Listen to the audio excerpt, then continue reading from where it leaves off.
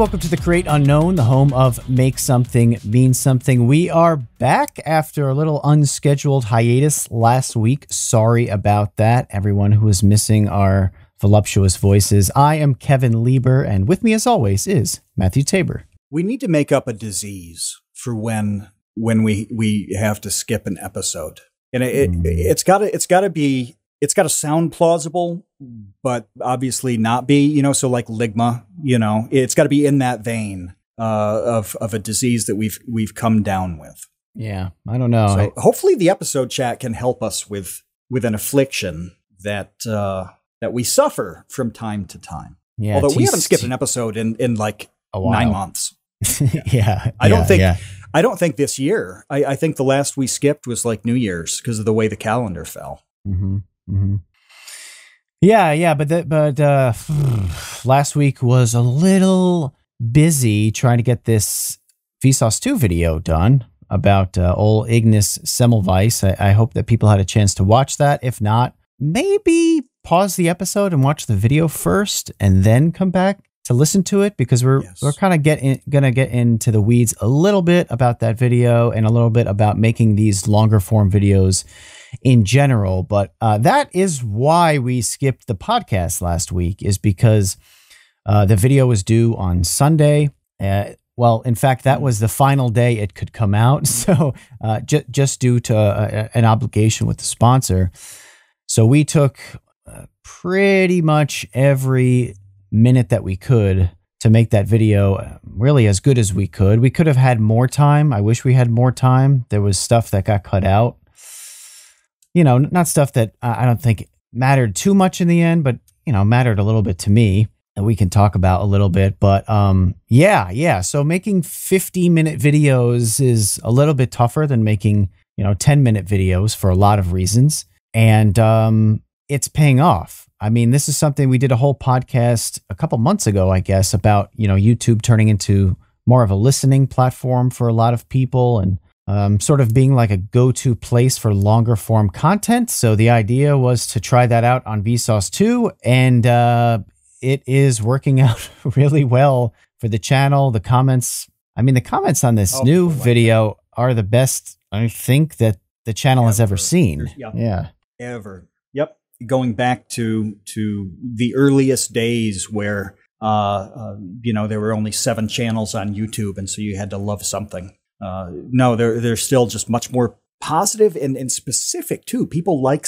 specific facets of the video, and that's nice to see too, because it shows that they were into it. They were really paying attention and following. They were invested in the story that you were telling. But real quick, this will take 15 seconds. I do want to do a specific shout to Colton and the Bad Spoon. These are patrons who have stepped up in recent weeks. And I just wanted to say thank you for doing that, because as we've said for 200 episodes, this is a patron-supported podcast. And we really appreciate that support, more than we can express. Now, it's the same as we're talking about with the vsauce 2 comments. We read all those comments because they matter. And people make good points when something isn't, quite right or something. They tell you what's exciting. They tell you what's boring and whatever. It really is about, interacting with the people watching and listening and all that. It's the same for both channels. And so thank you for stepping up. We appreciate it. Absolutely. Absolutely. So yeah, we've done 3 kind of longer videos in a row now that have done really well in terms of views and feedback and, likes to dislikes ratio. So it's something that I've been thinking about kind of a lot recently. Is just, well, first of all, kind of why, what's different about it? What's different for us in making these longer videos? In a lot of ways, I think, well, the first place I sort of want to start, because it might be the most important, is that there has been really a completely different process, I guess you could say paradigm shift, when it comes to conceptualizing what a YouTube video is, certainly for me, in the last couple of months, because for, a decade plus, my entire philosophy for making YouTube videos was more or less to jam pack as much sort of information and visual flair and entertainment, sort of make it kind of like crackhead level ADHD spaz entertainment in sort of like a chunk that you could watch during your lunch break. I think that that's pretty much how I thought of making YouTube videos for, I don't know, however long it's been, 12, 11 years, something like that. To quantify that, we had lots of conversations where it was about something has to pop for a person watching, whether it's visual or whether it's useful information, every 7 or 8 seconds. That's about where our minds were at with developing a script and having visuals on the editing, so that you weren't going to go very long at all without something that was going to latch onto you a little bit. So that 7 or 8 second rule is just a tremendous difference between let's talk for 50 minutes. Let's hang out for 50 minutes and talk about something cool. It's a lot different for me. I know it's a lot different for the viewer. Obviously people have been making longer content for a while, so there has been an appetite for it. But as we discussed in that podcast a couple months ago about, YouTube in some ways turning into a listening app, I think that tastes have changed even more sort of in 2023 because of the rise of TikTok. Like, I think that there's a direct correlation and response between just how unbelievably addictive and powerful and popular TikTok swipeable style content is, whether you like it or not. I mean, it's not for me. I don't look at any of that stuff. I'm not a big fan of it, but that doesn't matter when it's like the most dominant and powerful form of entertainment for many, many, many people. Well, the comparison was made, I think, certainly in my conversations with Art, who we had on the podcast, where it's like, and you and I have discussed it, it's like if you have that lunch break, right? You have 8 minutes or so, 10 minutes or so to burn. Are you going to burn that swiping through TikTok and maybe you see like 30 amazing things? Or are you going to choose one video? You're going to put all your eggs in that one basket during that lunch break and just really hope that one, 8-minute video is as, I don't know, like cognitively stimulating as if you just were flipping through like a hyper speed run of entertainment, perfectly tailored with an algorithm to your tastes. I mean, it's a tough thing to compete with on the YouTube side for somebody making, 10-minute videos. It is. And it's the difference between, I'm going to pull up a big article and decide that I'm going to read it all, even if a third of the way through, I'm not that into it anymore, versus, no, I'll just scroll through Twitter and just have constant streams of things I like. And if I don't like them, it is literally 1 second until I see something else. And that's the same with shorts, with TikTok. Yeah, you can blast through and get to a lot of good stuff and fill that time just fine. And if you have that lunch break, you have to be really committed to a channel to sit down and know for a fact you're going to watch the video all the way through. There are some people who you watch all their videos and you like all their videos and you're going to do that. But generally, that is not the case. And most people who are watching a video on YouTube are not familiar with you at all. So it's the very first time they're seeing one of your videos. Or they've seen it before a few times, seen you before, but not enough to subscribe. So when you're looking at the data, 3 out of 4 people are not subscribed to your channel. So that's a huge ask to say, give me 10 minutes. Trust me. It's like somebody knocking on your door trying to sell you something. Like, you didn't really invite them, but here they are. Like, no. That stinks. Since it's an active it's an active platform, meaning you are the one that have to click on it. Yeah, it's almost like you knocking on someone else's door and saying, "Will you entertain me?" It kind of doesn't work that way. So, what we've been doing first with the pain video, which was a little over 20 minutes long. And then, you know, the Psychopaths video and now this Semmelweis video, which are closer to an hour long, is it's a totally different mindset. It's more like, hey, throw this up on your TV for the next hour instead of something like a Netflix documentary, which is a totally different thing to try to compete with. And it's like also seems like an impossible and daunting task, but for some reason it's not, and it hasn't been. There just seems to be this appetite out there, whether it's, I don't know, people who don't have things like Netflix or Hulu, or don't like scrolling through them and prefer YouTube. I'm not quite sure I fully have my thoughts collected for why there is this strong appetite now for these longer YouTube videos. You know, hopefully we can get some comments from some of our patrons and some of our listeners just to understand better if their kind of interests have changed over the last few years when it comes to this stuff. But the first thing that came to mind with this was when, you know, Art was talking about YouTube being a listening app and treating it as like background noise. That makes a lot of sense to me. If you're not like a person who's super into music or, you know, podcasts, but you like the style of sort of like long video essays, you know, to pop that on while you're at work, or, you know, you're playing games or streaming or whatever, I could see that. I mean, one thing that Art did say to me was that, you know, he doesn't want to, like, if he has 25 minutes to kill, he doesn't want to click through several videos to add up to 25 minutes. He'd much rather find one to settle down into and just kind of vibe with for 20 minutes, rather than being like, sort of like you said, with, you know, finding out, well, this one was kind of boring and now you have to find something else to click on, or you liked it and now you have to find something else to click on. So that makes, you know, a lot of sense to me. But just in general, I could see how, and the other thing that Art said that I think is becoming apparent with these longer videos on vsauce too, is that it is really hard. It is really hard and a lot of work to make a 48-minute video compelling as opposed to a 10-minute video compelling. Like, it's not really hard to make 10 minutes of interesting content. 50 is a different task. It is a totally different task.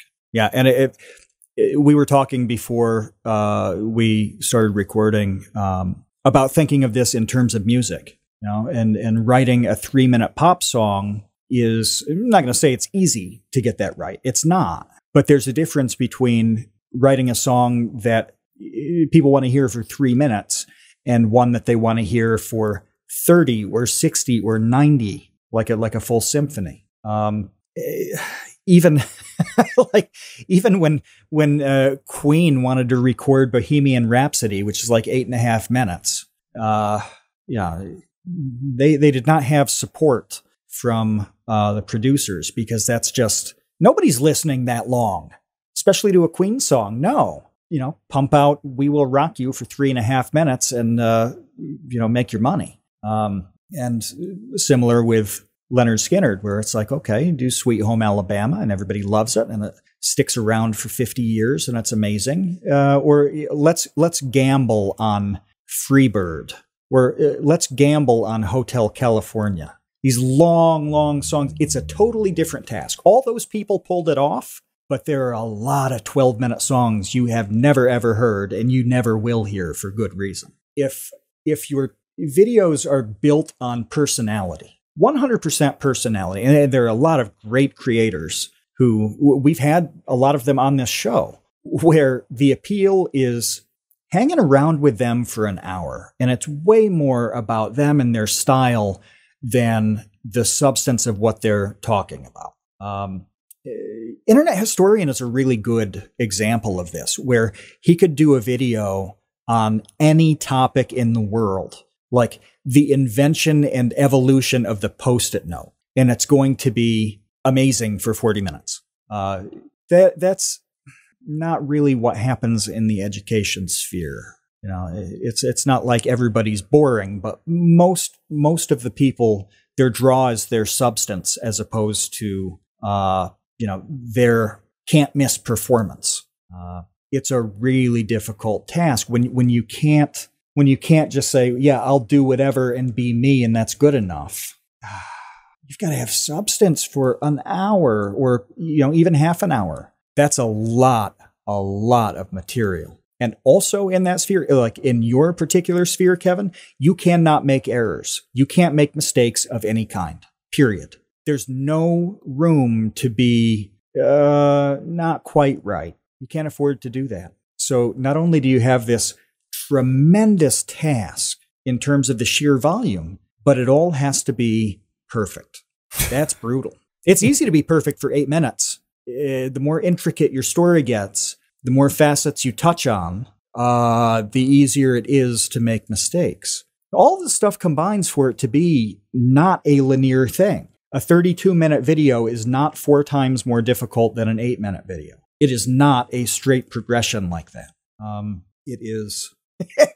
It's so much more difficult on every end, from conceiving the idea to arranging the progression of it, to actually writing it, to recording it and figuring out how to perform that writing so that it makes sense and it's entertaining. And then you throw it all to an editor who has to make an Oscar-worthy edit, or else it's just a boring information dump. This is a shockingly difficult task and very, very different than what most people do and what this channel's done for a long time. Yeah. Well, and 2 things sprung to mind while you were detailing that. One is that when it comes to not getting things wrong, I think an important thing to realize for other people who may not understand what it's like on this side of the of the creation process is that that if you do get one thing wrong, it kind of blows apart the rest of it for that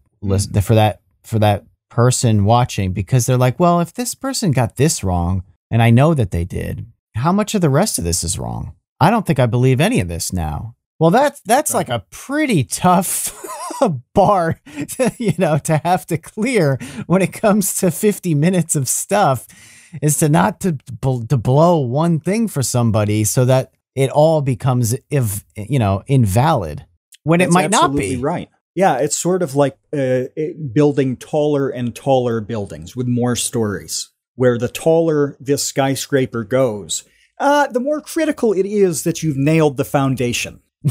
You can't have weak beams on a 55-story building and expect it to work out. I don't know what you've been sipping, but you've got it all wrong. It's time to commit to the leaf.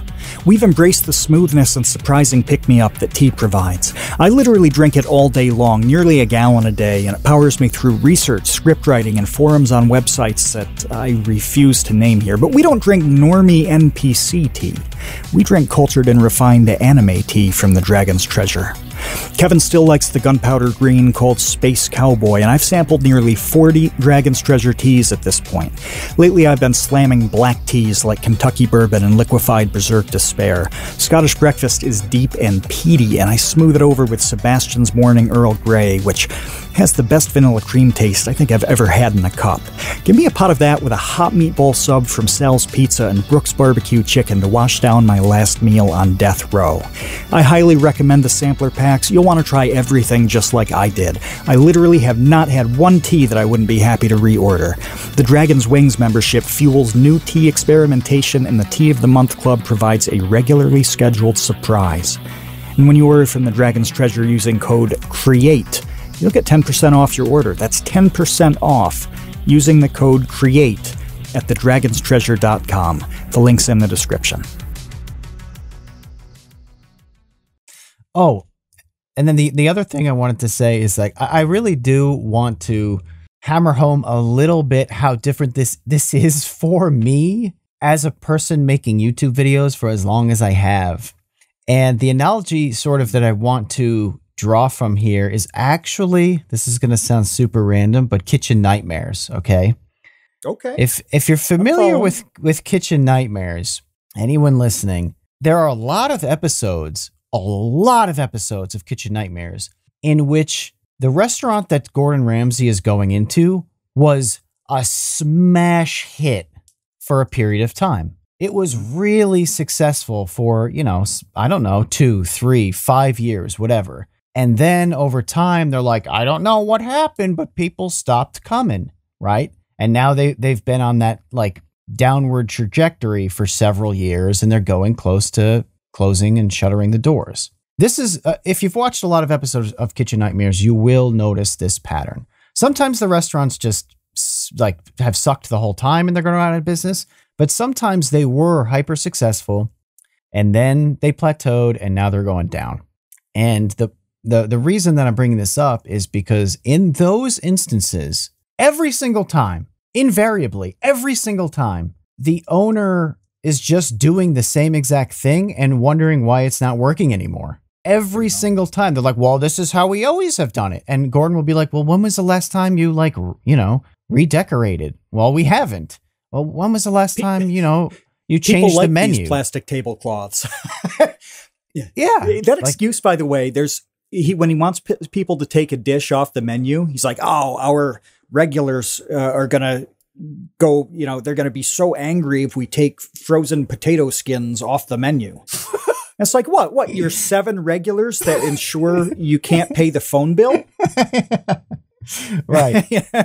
Yeah, the 7 stragglers you still have hanging on while your business closes is who you're concerned about.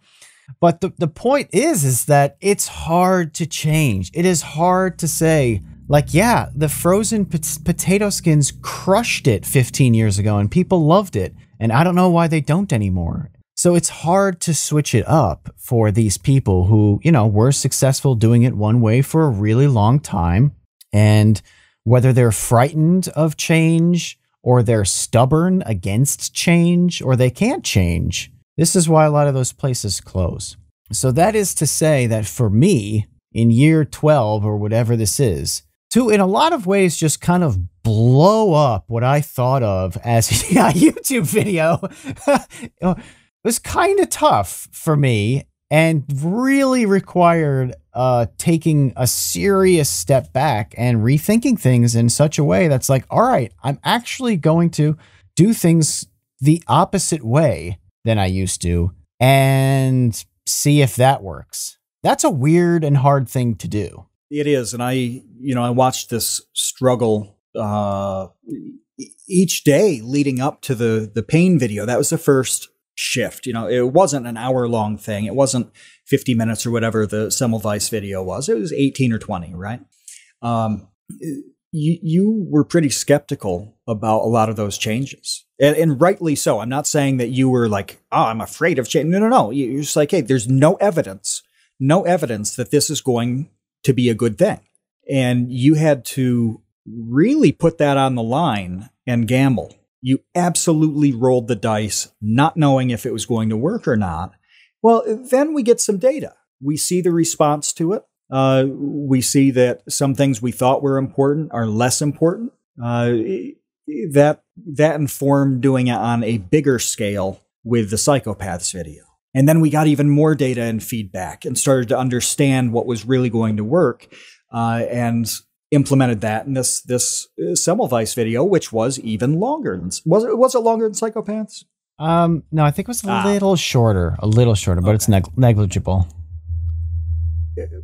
That was necessary though, because you can't guess about any. I mean, you just have to take a chance at a certain point. You have to throw the thing out there and see what happens. There's no element of thinking about it that's going to give you the information you need. And I could, I saw through those, really the first 2 videos. I don't think you had, and tell me if I'm wrong, I don't think you had a lot of discomfort about the style on this third one because you'd seen it twice now and knew that it was going to be okay. But those 2, it was like, it was like the Dylan Goes Electric moment where, you'd done everything in a certain style, kind of a certain way, with tremendous sustained success. Oh, it's not easy to shake that up. I'm not going to call out any channels here, but everybody listening to this was a fan of somebody, and probably many somebodies, who ran their channels into the ground and quit YouTube because they were not willing to make any changes. They couldn't, you know, and it's totally understandable that some changes you can't make. Like if you're one person, you're doing everything, you're writing your stuff, you're editing your stuff, you're a one-man shop, and we know how many people are. Saying, well, all of a sudden I need to make my videos 5 times longer, that's a big ask if you want to release with any frequency. So it's understandable that some people can't. It's not that they don't want to, but they can't. Well, you know, those channels are fond memories now, you know, and you get in this mindset of thinking of, you know, the old YouTube, you know, the good old days with it. If people from the good old days want to have any kind of place in the current days, they need to do what Kevin did on the pain video and do a lesser degree Psychopaths. Where it's, well, I think there's something to do a little bit differently here. Let's sort that out and do a very good job with it. Well, yeah, the big thing to me is like, it's almost less about how I want to make videos and more about how people consume things differently. Like a lot has changed since 2014 when it comes to entertainment and content and the availability of both, because of the rise of just, you know, streaming shows and what I mentioned earlier with TikTok and the, you know, podcasts, and everything is at your fingertips. So it's like, what is the differentiator? It goes back in a lot of ways to that Mark Manson thing that we talked about, you know, being willing to do what 99% of other people are unwilling to do in order to be, you know, successful. It's like, well, what are you going to do that's different? And it wasn't, and sometimes it is that leap of faith. It is that risk that you don't really gain any sort of insight into until later. At least that's been the case for me. You know, like earlier today, we were watching some YouTube videos that were in the, you know, 10, 12 minute range that used to be kind of standard for vsauce 2 for sure. And I, you know, really quickly noticed like, oh, okay, so there wasn't really that much of a differentiator between like a vsauce 2 10-minute video and someone else's 10-minute video. Even if the vsauce 2 video had, you know, 100 more hours put into it in terms of, you know, research and references and sourcing and visuals and explanations or whatever, at the end of the day, what are you serving? It's like, I wonder if I can make another food analogy here where it's like, if you're just making a chicken sandwich, like how much different is, I don't know, like Popeye's chicken sandwich from some artisanal chicken sandwich.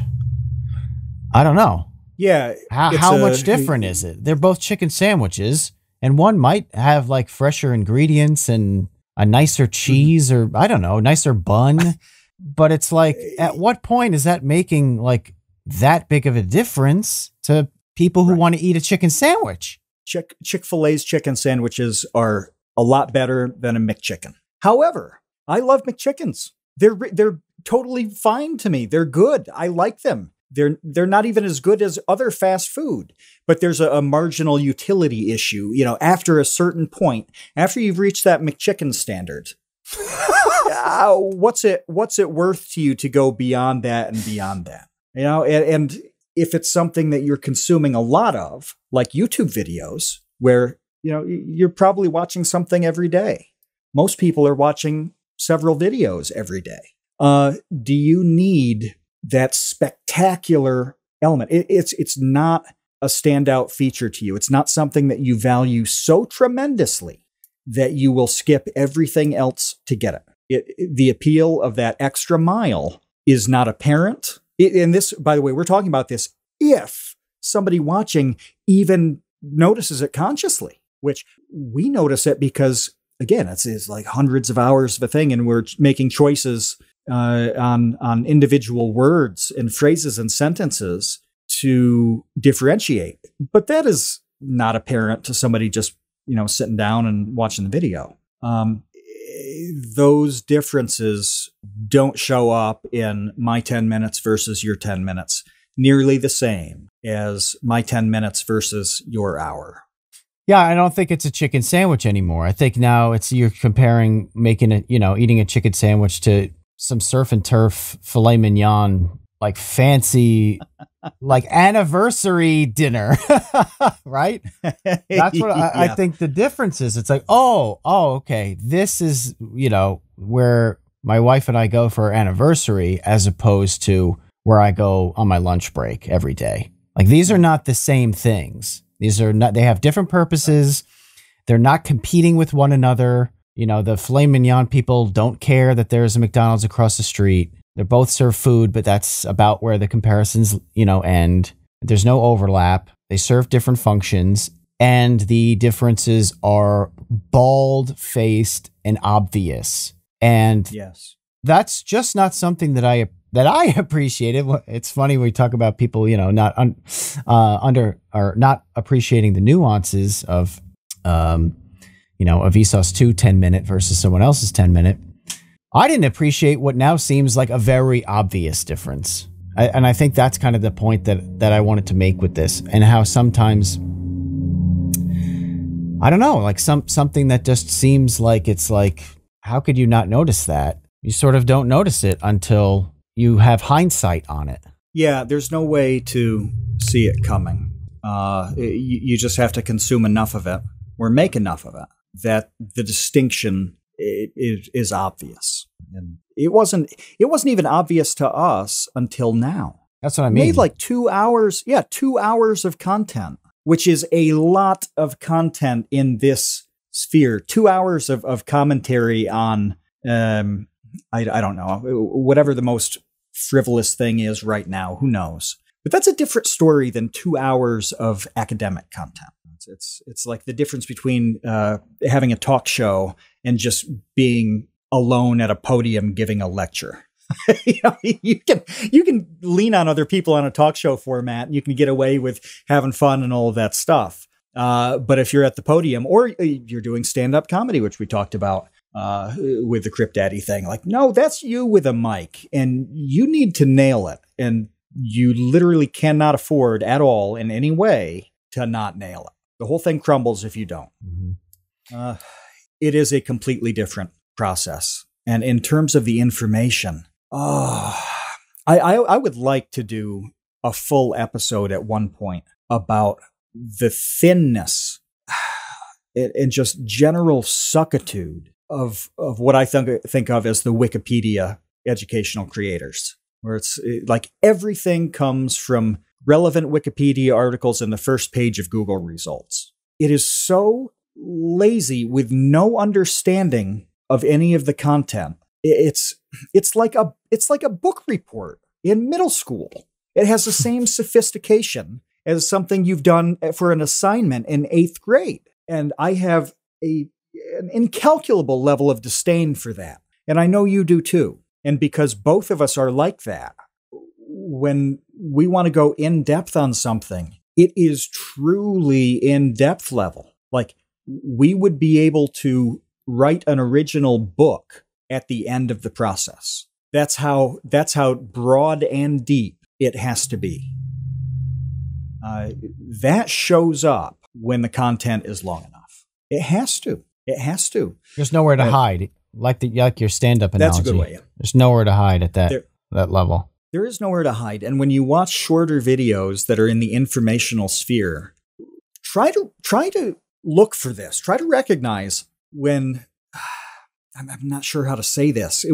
Kevin, it's what we were talking about before we started recording, and all the ways I would describe it are too unkind. And it's also very hard when you're not pointing to a specific video in person. Yeah. Because then you can say like, oh, look, he did this, or this person always leans on this, crummy, crutch. So it's hard to speak of in a general sense. But when you're watching, you can pick up on the difference between somebody having real substance and knowing what they're talking about and just trying to relay information in a fun way.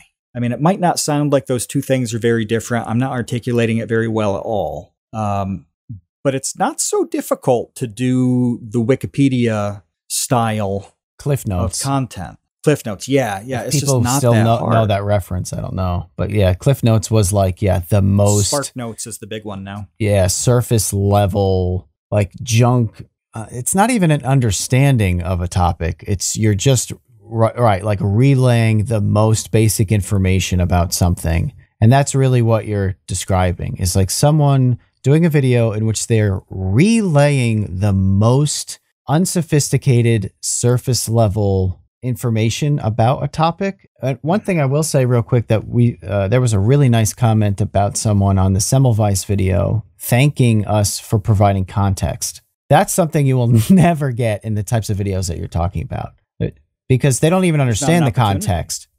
No, but they don't know it anyway. Yeah. How can you provide context on something you don't understand? It can't even happen. So we talked weeks ago. God, it could have been months. I have no perspective on time at this point. When we talked about Lysenko and biology and planting, peas in the tundra and expecting them to just get used to the cold, there's the rejection of the other science that was happening in genetics and all of that. That's one thing, but the real story there is understanding how the Soviet Union operated in such a way that this person would rise to the top, and then many, many regions would, I wanted to say embrace, but really by force, have to do what they say, implement their theories. That system is really unique and completely different from the way things operate in the modern day, the way things operate in any of the Western countries, any democracies. So, I mean, people have had bad science forever. Like, there's bad science all day long, every day. You can go on Twitter and it's like 90% bad science. So that's not interesting, actually. People have had stupid ideas forever. And especially in science, they've been wrong because that's part of the process. It's kind of okay to be wrong. So the interesting thing there is you have to understand how this particular society and government in this particular time period operated in such a way for this to blow up and be as destructive as it was. They compelled it. They compelled the stupid idea. Yeah, the bad science was compelled. Right. And the unique organization of the Soviet Union allowed that bad idea to proliferate and kind of be forced into effect for much longer than it would anywhere else. Because normally, if something doesn't work, people stop doing it. They don't double down and wrong harder, especially when people start dying by the millions. So you have to have a particular system to do it differently than that. You don't get that if you read the Wikipedia articles for Lysenko or the adherents of Lamarckism, or even reading an article in how to describe the publications, but something like the New Yorker or whatever, where there'll be a deep dive on a subject. You don't get the full analysis of that context, which is really, really where all of these ideas happen. That takes so much work and so much additional knowledge.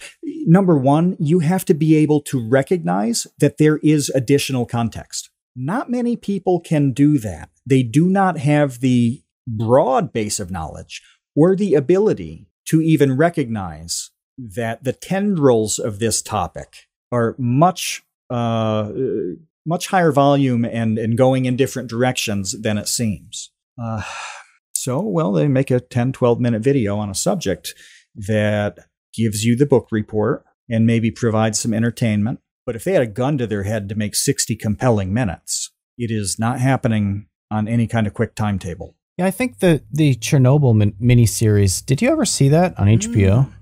Yes, it's kind of a good example here. Like, if you could make a 10-minute video just describing what happened in the Chernobyl disaster, and it would be okay, but you do not understand why it happened or all the different influences that came together to cause that ridiculous disaster to occur, unless you watch something like a 6-hour documentary on it, which is what that series is, that limited series Chernobyl on HBO, which is incredible. That is, yeah, it's very good. And that is such a good example. That is the perfect example here, because that show broke down everybody's motivations, why certain people ignored what they knew to be true, because, I don't know, they might be shot in the head and have their family billed for the bullet if they didn't. It's not 60 Minutes about, the greatest disaster of the 20th century, which there are a lot of those, and there have been for many years. No, this is exploring the unique facets of the system that led to this meltdown. That show does it better than most. No, that's a really good example, because it's an unfamiliar system for most people in the West. Like, you really have to go into the weeds of Soviet history to understand what's really happening with these things. Most people know the basics, and that there were, perverse incentives and a great deal of fear, and meritocracy was not so much a thing. They know that part, but that show plays that out with every single character. Yeah, I'm so glad you thought of that, because it is the best recent example I can think of. Yeah, that show is hard to do. Yeah, it's hard to do. I mean, it took millions of dollars and hours of episodes to play that out. Then the results were phenomenal. But yeah, like, it takes time, and it takes a lot of talent to communicate that effectively. There's a level of talent there, that, because you say millions of dollars and all this time. Well, that's every big production show on every streaming platform. And you mentioned hours ago. Yeah, most of them suck. Most of them suck. You mentioned, can you talk about this? You had this comment about Marvel writing, and I remember you saying, well, that happened in dialogue. No, this is a meme at this point. This is not my thing. A lot of people talk about sort of like, I know, but you mentioned like the Joss Whedon sort of millennial type writing that is prevalent in a lot of, Marvel movies. And the most recent example in gaming was this video game called Forsaken, in which this girl has this talking wristband or something like that. That's really sardonic in like a very annoying way. And she's very, Marvel-y in her cringe dialogue, which is like, so that happened, or what? There's a demon? I got to fight that thing? Are you joking me right now? It's like all of this, like, I don't know. It's like self-referential style of writing that, from what I understand, really comes from, using that as a crutch instead of actually developing a character, because that would be much harder to actually, paint a portrait of a unique person with challenges, who has to overcome certain things, and they grow, and they are, they run into roadblocks, and like, that's really hard. It's way easier to be like, So anyway, apparently I can fly now. That's cool. Where you're just kind of saying line replacing. What is that line replacing? Oh my gosh. Yeah, that's probably the question to me. Yeah, like an entire scene in which, or multiple scenes, I guess, in which they are like confused as to why they can fly all of a sudden. They may be rejecting it.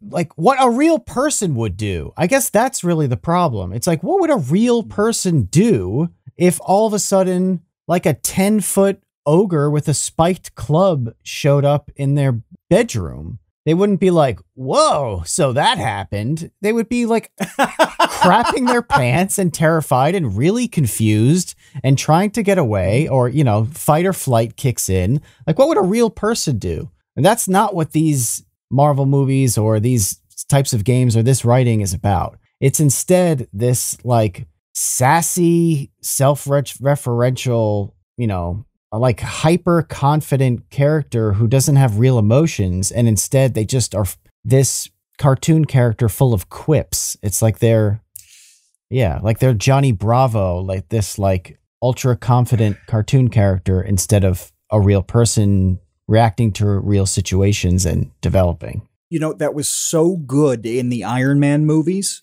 because that was Tony Stark's personality. Right. They were valid, legitimate reactions for Tony Stark to throw out like a snarky quip in a bad scenario. That but he's a genius, his character. A genius billionaire playboy who like developed a suit that could shoot laser beams and fly. Like that is an incredibly unique character to be able to be ultra sassy and snarky and quippy and sarcastic and cynical and cool. And cool. That's the important part also on top of it. And everybody kind of looks at them as like they can get away with it because they are on top of the world. But when you just copy and paste that onto every random character, like, no, they don't have the qualifications to have that attitude. Oh, that's a good way to put it. Yeah, they don't have the qualifications or the ingredients in their persona to make that a legitimate reaction. And then 37 movies into Marvel, every character is behaving like this. Well, no, 95% of them would never do this. You know, Billions is like this as well. I don't know if you watched that on Showtime. No. It's in its last season, 7 seasons. And there's a kind of Tony Starkish, like hyper arrogant, but extremely talented billionaire. I mean, he's just confident to the max. He has that bravado. He can get away with being that guy. It's a reasonable fit for him. But they've shoehorned that in, that Marvel-y stuff to the point where it's distracting. And there is one line in the first episode of this season where he's in a normal conversation and it makes this comment that's like, I'm going to drop it harder than a Carole King bass line. Like, okay, now you're just like pulling weird cultural trivia to no one talks like to that. That's the problem. No one would ever say those words in that order. That's not a thing. No. And that's really why it comes across as so cringe and inauthentic. It's like, no one talks like this. Yeah, they don't. And even the people who don't do it constantly. Right. They don't. It is salt. It's something that you use precisely and sparingly. And if you load it down, well, then all you have is the taste of salt. There's a lack of understanding there. And that's what, jumped out when you were telling me about this.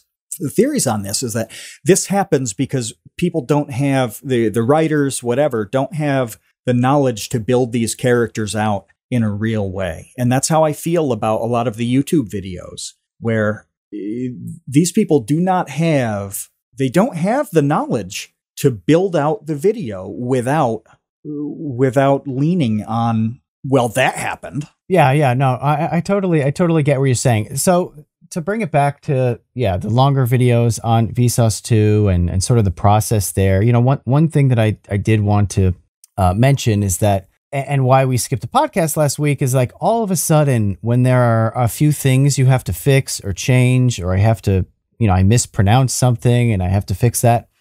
Well, when it's a 12-minute video, that will take me one day to do.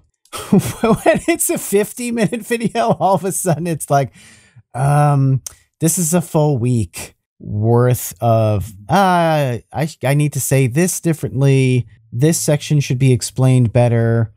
One thing that I wanted to mention that we did is completely rewrote and reshot and reconceptualized the entire introduction for the video, because that didn't work at all. So we had that first 2 minutes or whatever of the video we wrote, we both liked.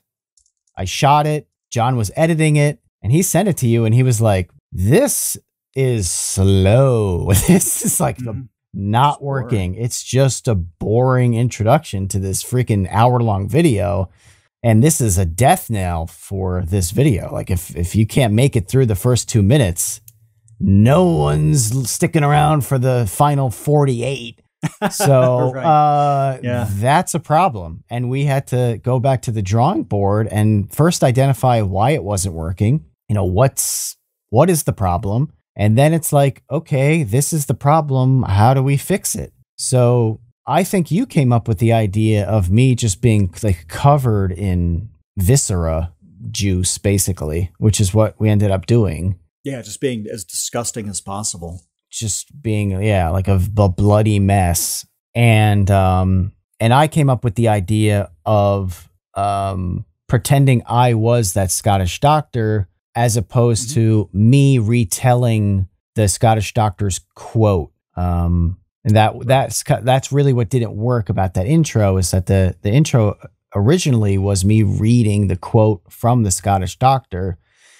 And instead it was like, why don't I just pretend I am the Scottish doctor? And that will be a lot more compelling. That's a lot, because you're wondering what's going on. Mm-hmm.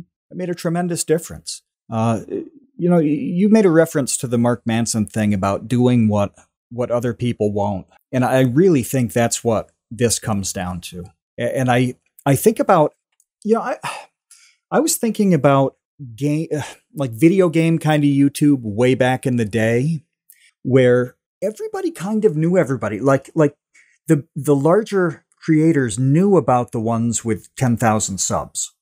Oh yeah, sure. They all knew each other, even though they were at different levels. Whatever. It was like a Dunbar's number worth of people to know, so it was possible. Yeah, right. It's probably only 300 people max that you had to know. Yeah, and the thing that made the reason you knew those smaller people is because they usually hyper obsessed over one thing, and they knew it back and forth. They were really into some kind of niche. We've talked about Corn Shack. Hopefully Corn Shack is doing nicely somewhere in the world.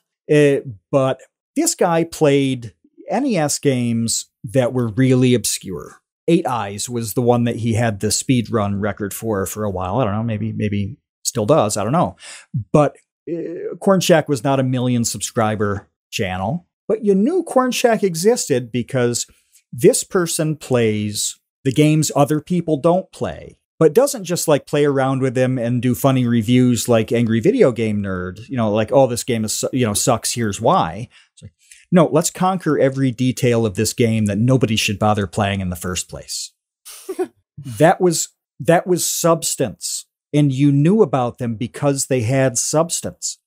At the time, it was a little bit of a Dunbar's number problem for them because they would be overshadowed by the hyper entertaining people. The value of that deep lore and substance and going the extra mile did not pay off at that time. I think that has completely shifted. I think now that is how you make it with just about anything, whether it's a Twitter account, a YouTube account, you're writing things, you're playing music. I don't know, whatever it is. You have as much substance as possible in your niche, and you just slam that out. You do it because nobody else can or nobody else will. Now it shows itself because there's so much stuff to compare that to, that now, to quote the Macho Man Randy Savage, the cream can rise to the top. What was that? Cream of the crop? What did he say? What was the line there? I don't know it verbatim, but yeah, the cream of the crop. That it was something about that. Cream of the crop. I can't do a Macho Man impersonation. Yeah. But I mean, if you think about it, like in a metaphorical sense, you have to have a lot of stuff for anything to separate from that stuff. When there's not much of either one there, you can't really separate them. But, like when there's a bathtub full of water and you squirt some vegetable oil in it, it's really obvious that there's a pool of this standing out at the top because there's something for it to stand out from. Well, now everything is saturated. There are trillions of shorts and TikToks and tweets and all of this instant stuff that is never ending. Well, when you do something that is substantial, that's detailed, that's really, really good, that only you can do, that somebody else won't do, it is so instantly obvious that it's different from all the rest in a way that 10 years ago, that was not obvious. You could not fully appreciate that.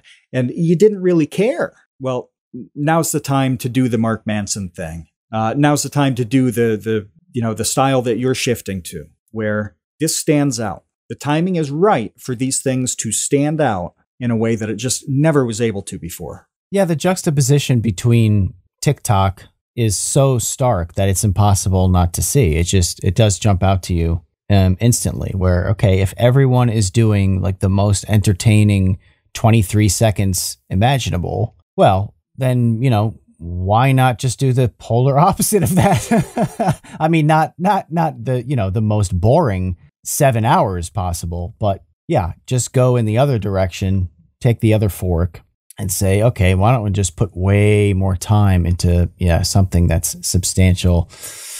One example that I wanted to give is that, and I think this is something that perhaps, I don't know if we've mentioned on the podcast before, but it's a glaring example of this bifurcation on vsauce 2, in which we once made a video about a portable, an obscure portable computer called Zorba. And during that process, when you were working on the research and the writing for that, there was a whole paragraph or two giving background information on Infocom, which was the company who developed it. And at that time, I just deleted that whole friggin' thing, but because I was like, this is boring. No one cares. No one wants a history lesson about the company who made this computer. So that got some immediately wiped. Some wounds never heal. This will never heal. And conversely, I was like, and I don't know what to show for this. I don't know there's no visuals for this. It's a video. It has to be entertaining. It has to have like constant entertaining visuals. So it goes. Well, now it's like, not only is that staying, but it's vital to telling the overall story and painting the picture and providing the context. And if we don't have visuals for it, that's fine. I'll just talk directly to the camera and we don't have to cover it up with amazing animations or stock footage or real footage or, archival footage, anything like that. If that doesn't exist, who cares? It'll just be me telling the story, and that's good. So I wanted to give that example. Words, by the way. Oh, you found it? 3. Oh, yeah. No, of course I have it. 373 words. And it hurt because it was such a compelling story. This happened to me, by the way, everybody. This happened to me on February 12th, 2018. That's when Kevin did this to me. And I wrote it on February 2nd of 2018. And so that means that I had 10 days where I felt great about this 373 words. And then I can't even say it was a rug pull, because it was worse than that. It was a betrayal. It was betrayal. It's like in Braveheart, where William Wallace gets betrayed, and there's this kind of slow moment where he's on the ground and he realizes Robert the Bruce has sold him out. And he just looks at the camera and realizes it's all gone. That's what happened to me on February 12th, 2018. So dramatic. But what's funny about that is that in the aftermath of this, you agreed. You were like, you were right. That was boring. Right at the time, yeah.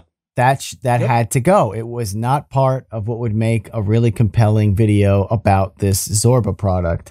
And now here we are. 5 assets too. Yes. Yeah. All of it added up to that being the right move. Yeah, that had to go then. And now here we are 5 years later discussing how that is that's the meat. Cream of the crop. That's the cream of the crop. Yeah, that's the Slim Jim that we're snapping into full time on vsauce 2, and not for our own sake, but partly for our own sake, but partly because this is what people are responding to, and it's something different. It really is, in a way that it wasn't before. I want to throw some lore in here because the Slim Jim thing reminded me of it. As part of the wedding gift that I gave you. One of the things was this is it was a Randy Savage shirt for your wife that had some Slim Jims built into the packaging, and it was stolen. And we didn't realize this for like a year. You never said a thing about it, but like, why would you? Like that's fine. And then I brought it up for some reason. And you're like, what are you talking about? I had no clue what you were talking about. Zero idea. Yeah. Like what? That's Randy when we realized Savage shirt? I don't know what that is. the gift was stolen. And I can't remember at this point what your half of it was. I can't remember. I just remember the Randy Savage one. But what a tragedy that it was lifted, stolen from the ceremony. From a small wedding with just like mostly family. There were like 30 people. I mean, this wasn't, like this raucous $80,000 wedding in this gigantic venue that was chaotic. It was, what a weird thing. My sister's sunglasses were stolen too. There was a thief. There was a thief amongst us that day that was never identified. Happened because I forgot the bag and had to go to, like Walmart to get a bag to put it in. And that's when I saw the 4 people standing around the like chest high corn display at Walmart, shucking and eating the raw corn, which is one of the strangest things I have ever seen in my life. They were just standing there eating raw corn on the cob in a Walmart. Which is hard. Like, yeah, it's not pleasant. I cannot imagine eating cold, hard corn on the cob. No, it's not like an apple where it tastes good in a different way. No, it's horrible. No. So this is why, I remember every step of this process because it was like a silver glittery kind of bag and whatever. And so, I remember getting that and then it just gets lifted, disappeared. You can't have nice things anymore. No, by someone who probably thought they were getting, some cash or something. They stole this wedding gift being like, all right, it's going to be like $100 in cash here. And instead it's like a tiny Macho Man shirt. And they get a child's small Macho Man shirt and 3 Slim Jims. These are the stupidest people I've ever encountered in my life. We wouldn't want it any other way. Jeez. All right. Listen, everyone, if you haven't watched it yet, please watch the Semmelweis video. Check it out. It's called The Man Who Was Killed, the Man Killed for Changing the World, something like that. I don't even remember. I didn't even get into the thumbnails. Saving the world, maybe? I spent many, many days with 3 different artists working on the thumbnail. That was a whole thing. There were a lot of whole things. There were whiteboard things that I shot that got cut. One thing, because I misspelled a word and it was too late to redo it. So that just got cut altogether. I was not happy about that. I was sad. I was like, that was like one of the whiteboard explanations that I thought was the most important. I was like, all right, that one's will never be seen. Will never see the light of day. Oh, well. Give me one more comment here because I thought of it and it's critical to me. Okay. When you do all the stuff we talked about, people remember you. If you don't, they don't remember you. I brought up Corn Shack. This was like 5, 6 years ago, 7 years ago, maybe. And I still remember somebody playing one of the most obscure NES games in the world. I remember all of this because of that substance. And I remember things that are substantial and people who have substantial knowledge. I don't remember things that are just kind of fun and cool. Not for very long, not 7 years later. That is the difference. So if you want people to know who you are and remember anything about you and what you do, you have to go deep like this. Well, I don't know why I thought about this immediately. This is why babies like peekaboo, though. It's because it's a surprise. It's different. So it kind of goes back to, you're trying to play peekaboo with people and surprise them with something novel that they hadn't seen before. But this is how you entertain babies, and it's kind of no different. Entertain everybody. Yeah, it's just what people like. They like shiny objects. Why? Because it's shiny and everything else is dull. That's the point. It stands out. It's really the same principle. So remember peekaboo. And again, please watch the video and let us know what you think. I hope that you enjoyed it. And if you couldn't tell, you can expect more of this long form content in the future on vsauce 2. It is the direction that the ship is sailing, at the moment, for now, until it becomes another boring chicken sandwich and, it's time to figure out something else. But for now, This is what we're cooking up in the lab. So hope that you like it. All right, that's it for us this week. If you want to become a patron, go to patreon.com/thecreateunknown. Big thank you and props to all of the people who support the podcast. We will be back next week for sure. Until then, see you, Space Cowboys. Thanks for listening to The Create Unknown. We make this show with the support of our patrons. 100% of that goes directly to keeping episodes going every week, and the recent support has been amazing. Sidpoke, NRM, Venture Addicts, Weezergood, you all really do make this show happen. Thank you to the Tots and Dumpster crew, old and new, who save tiny little lives every month. And thank you to our grizzled, battle-hardened child infantry. Clemente de los Santos, Dan the Latch, Demetrius Andrews, Erica, Farrakhan, Jen Mefisanti, Kevin Menard, Mikhail Steinke, Monahim, Natsu, Penny Peddler, Risebread, Ryan Kinder, Samuel Manser, Sean S., Sean Malone, and Tom Videoger. And a tremendous shout out to our elite baby gang commanders: Atrocious Guff, Kat, Dojangles, Graham Robertson, James Gallagher, Jeff Davis, Orange Vanilla Coke, Patrick Pister, TCU's personal pilot, Andy, Ryan Carroll, Baseweight, Vinthos, Yeetus Deletus, Jonas Walter, Nathan Robinson, Jelxies, and of course, Trevstead. You are the elite. Thank you as well to our indentured servants, producer-editor Ben Webster, Minecraft mogul Laterman, Discord kitten wrangler Conrad, and producer emeritus Dan Yoshua. Thanks to Baseweight for use of Created in the Unknown for the opening theme. Thanks to Electro Voice for giving us mics to sound good on top of it. And a special thanks to Main Gear for powering all of our PC endeavors. The Create Unknown is an Unknown Media production in partnership with Studio 71.